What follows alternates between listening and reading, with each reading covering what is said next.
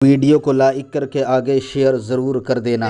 خوب خدمت کی، تلاوت قرآن کی اور پڑھایا، سب کچھ کیا، اپنا وقت دیا، وقت لگایا۔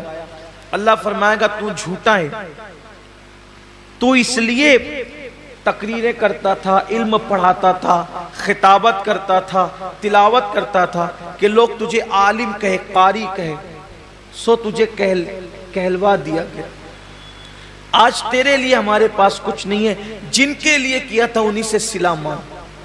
اور اللہ فرمائے گا اس کو بھی منہ کے بل گھسیٹتے ہوئے جہنم میں لے جاؤ۔ یعنی جس نے علم پڑھایا تھا، رات رات بھر مطالعہ کیا تھا، دن بھر لوگوں کے درمیان جا کر کے علوم حاصل کیے تھے، علم حاصل کیا تھا، لوگوں کے پاس سیکھا بھی تھا، سکھایا بھی تھا، تلاوتیں بھی کی تھی، لیکن اس کو وہاں کوئی صلہ نہیں ملے گا، اس لیے کہ اللہ کی رضا نہیں تھی، نیت اچھی نہیں تھی۔ آج آپ دیکھیں کہ ہماری نیتیں کہاں تک مخلص ہے، ہماری نیتوں میں کہاں تک اخلاص ہے۔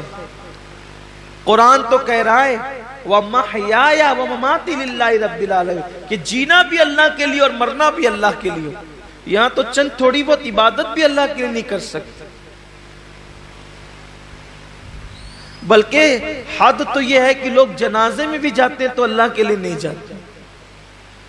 حد تو یہ ہے کہ لوگ الیاذ باللہ جمعہ کی نماز میں بھی آتے ہیں تو لوگ سوچتے ہیں کہ کچھ لوگ مجھے دیکھ لیں کہ میں بھی مسجد میں آیا۔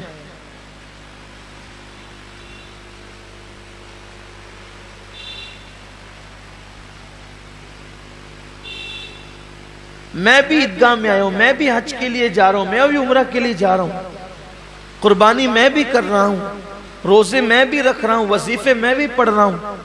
سوچو کتنا بڑا سودا، کتنی گھٹیا قیمت پہ لوگ بیچ رہے ہیں۔ عبادت اللہ کی ہے، صلہ انسان سے لینا ہے، اور انسان کی اوقات کیا ہے کہ انسان کسی انسان کو صلہ دے سکے۔ اللہ کی عزت کی قسم، ایک مرتبہ لفظ اللہ کہنے کا صلہ پوری کائنات نہیں ہو سکتی۔ اس کا نام زبان پر آیا، اس کا صلہ کائنات کی تمام نعمت نہیں ہو سکتی۔ اللہ کی عبادت کا صلہ اللہ کے سوا کوئی نہیں دے سکتا۔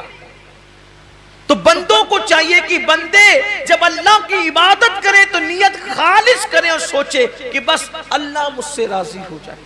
اسی لیے تو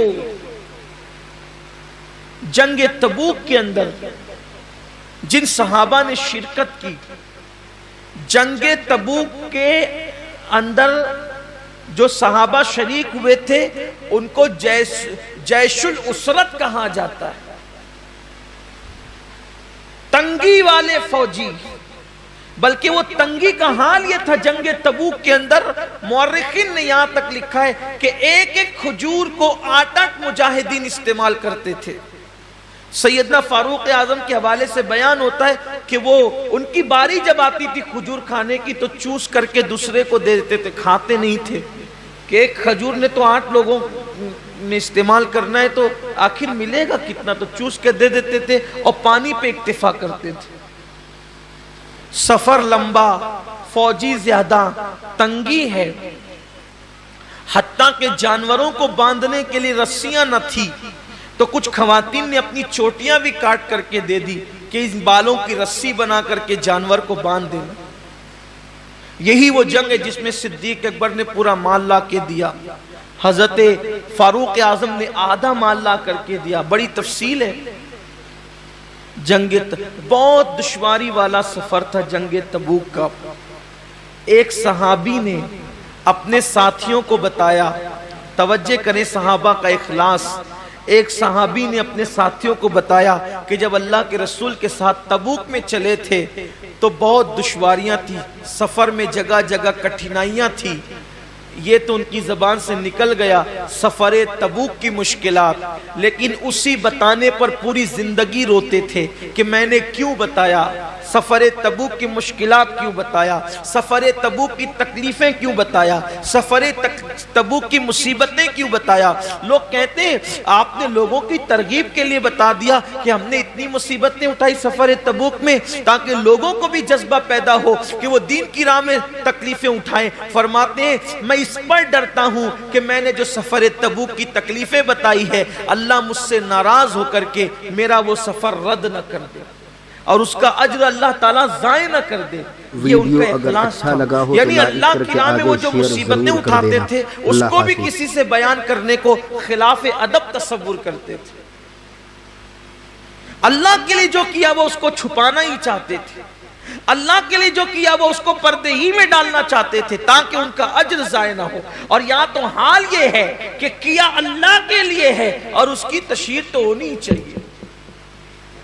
ابھی آپ دیکھیے گا کہ قربانیوں کے جانوروں کی تصویریں بھی واٹس ایپ پر آئے گی،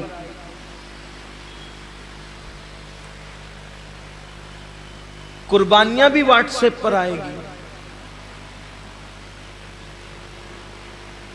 بچڑوں کا گھمانا پھرانا بھی واٹس ایپ پر آئے گا،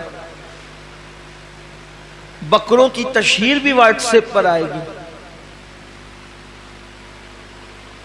کیا فکر ہے لوگوں کی، کیا چاہتے ہیں لوگ؟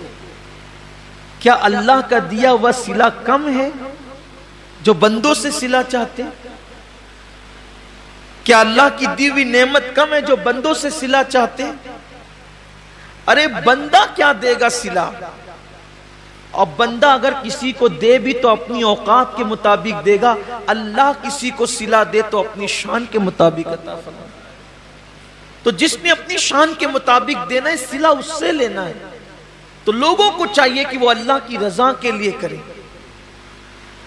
تو وہ جو علم والا بندہ ہے اللہ فرمائے گا کہ تو نے میرے لیے نہیں کیا بلکہ عالم کہلانے کے لیے کیا، علم والا کہلانے کے لیے کیا، خطیب کہلانے کے لیے کیا، ادیب کہلانے کے لیے کیا، ارشاد ہوگا اس کو بھی منہ کے بل گھسیٹتے ہوئے جہنم میں لے جاؤ۔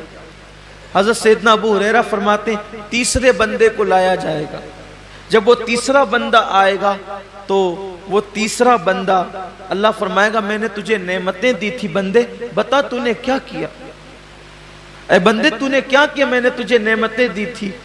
وہ عرض کرے گا مولا تو نے جو مجھے دولت دی تھی میں نے خوب لٹایا تیری راہ میں۔